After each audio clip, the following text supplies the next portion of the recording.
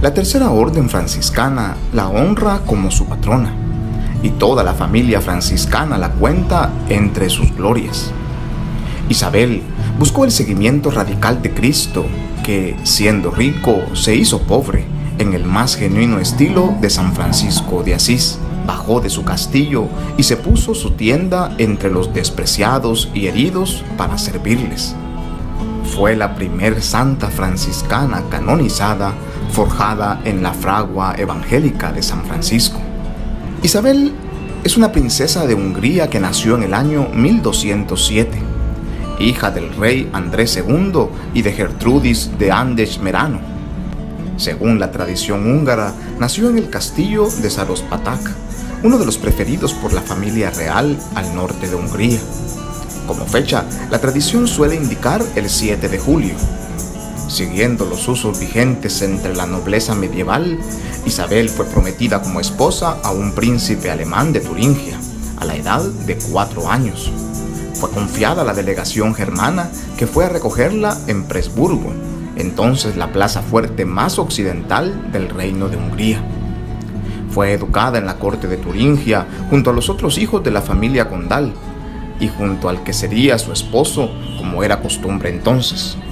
Se casó a los 14 años con Luis IV Landgrave, o Gran Conde de Turingia. Tuvo 3 hijos, enviudó a los 20 años, murió a los 24 en el año 1231 y fue canonizada por Gregorio IX en el año 1235. Un récord de vida densa y crucificada para escalar la santidad más elevada y ser propuesta como ejemplo imperecedero de abnegación y de entrega. Hay un malentendido arraigado entre el pueblo cristiano debido a las leyendas y biografías populares poco rigurosas que sostienen que Isabel fue reina de Hungría. Pues bien, jamás fue reina ni de Hungría ni de Turingia, sino princesa de Hungría y gran condesa de Landgrave de Turingia, en Alemania. Tradicionalmente se representa a Isabel con una corona que usaba no como reina, sino como princesa o gran condesa. Las compañeras y doncellas de Isabel nos cuentan que su peregrinación hacia Dios empezó en la tierna infancia. Sus juegos, sus ilusiones, sus oraciones apuntan desde sus primeros años hacia aún más allá. De casada, Isabel dedicaba mucho tiempo a la oración en las altas horas de la noche, en la misma cámara matrimonial. Sabía que se debía a Luis totalmente, pero había oído ya la invitación del otro esposo, que le decía: sígueme. De este amor con 2 vertientes manaba, sin embargo, un profundo gozo y plena satisfacción, no el conflicto de una escisión interior. Dios era el valor supremo e incondicional que alentaba todos los otros amores al esposo, a los hijos, a los pobres. El milagro de las rosas que ha tejido la leyenda no expresa bien estas relaciones matrimoniales. Cuando Isabel se vio sorprendida por su esposo con la falda cargada de panes, no tenía motivo alguno para esconder sus propósitos misericordiosos al marido. No tenía razón de ser que aquellos panes se convirtieran en rosas. Dios no hace milagros inútiles. Isabel tuvo 3 hijos: Germán, el heredero del trono, Sofía y Gertrudis. Esta última nació cuando ya había muerto su esposo, víctima de la peste en el año 1227, como cruzado camino a Tierra Santa. Ella contaba solamente con 20 años. Con la muerte de Luis, murió también la gran condesa y se acentuó la hermana penitente. Se discute entre los biógrafos si fue echada del castillo de Wartburgo o si se marchó. La respuesta a su soledad y al abandono fue el canto de agradecimiento que pidió entonar en la capilla de los franciscanos, el Te Deum. Isabel de Hungría es la figura femenina que más genuinamente encarna el espíritu penitencial de San Francisco. Había ya numerosos penitentes franciscanos. Muchos hombres y mujeres del pueblo seguían la vida penitencial marcada por San Francisco y predicada por sus frailes. Los hermanos menores llegaron a Eisenach, la capital de Turingia, a finales de 1224 o principios de 1225.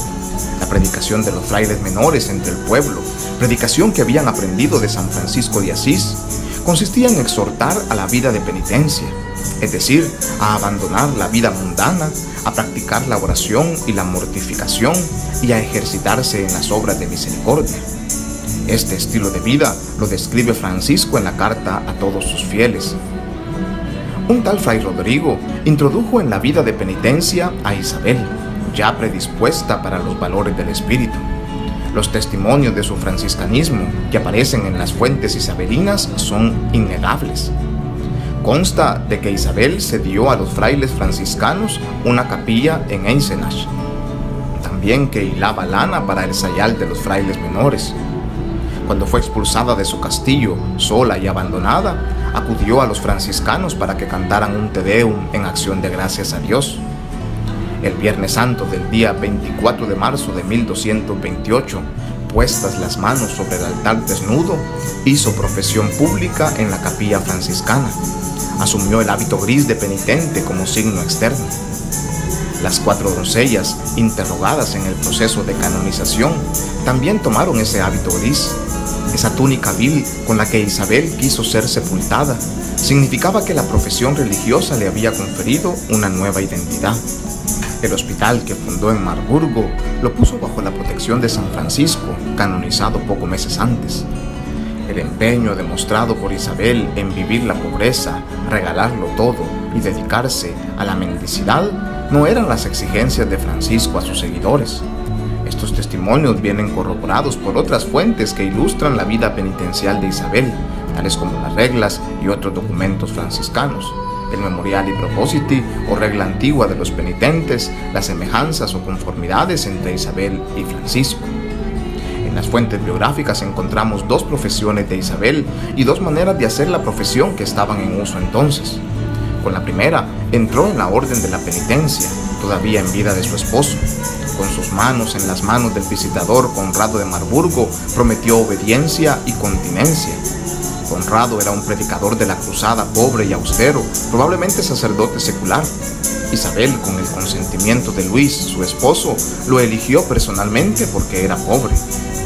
Con Isabel profesaron además 3 de sus doncellas o compañeras, que formaron una pequeña fraternidad de oración y vida ascética bajo la guía de su superior visitador Conrado.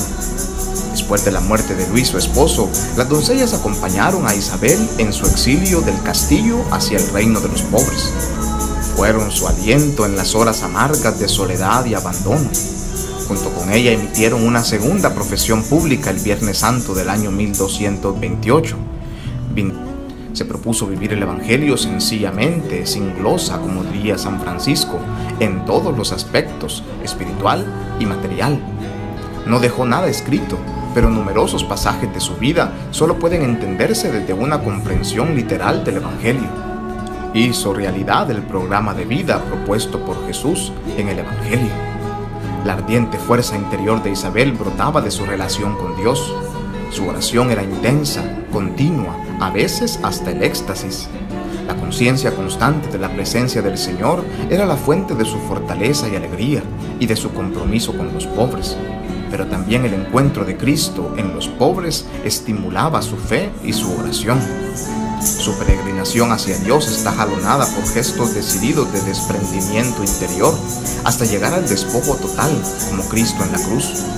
Al final de su vida no le quedó para sí nada más que la túnica gris y pobre de penitencia que quiso conservar como símbolo y mortaja. Isabel irradiaba gozo y serenidad. El fondo de su alma era el reino de la paz.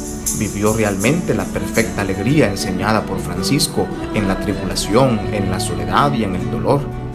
Debemos hacer felices a las personas, les decía a sus doncellas y hermanas. Desde entonces ya no fueron solamente las mártires o las vírgenes las elevadas al honor de los altares, sino también las esposas, las madres y las viudas. Isabel recorrió el camino del amor cristiano como seglar en su condición de esposa y de madre, pero después de la segunda profesión fue una mujer plenamente consagrada a Dios y al alivio de la miseria humana. La tercera orden de San Francisco, tanto la regular como la secular, se propone reavivar la memoria de su santa patrona en el aniversario de su nacimiento y desea proponerla como luz y modelo de compromiso evangélico. La familia franciscana quiere honrar a la primer mujer que alcanzó la santidad en el seguimiento de Cristo según la forma de vida de San Francisco.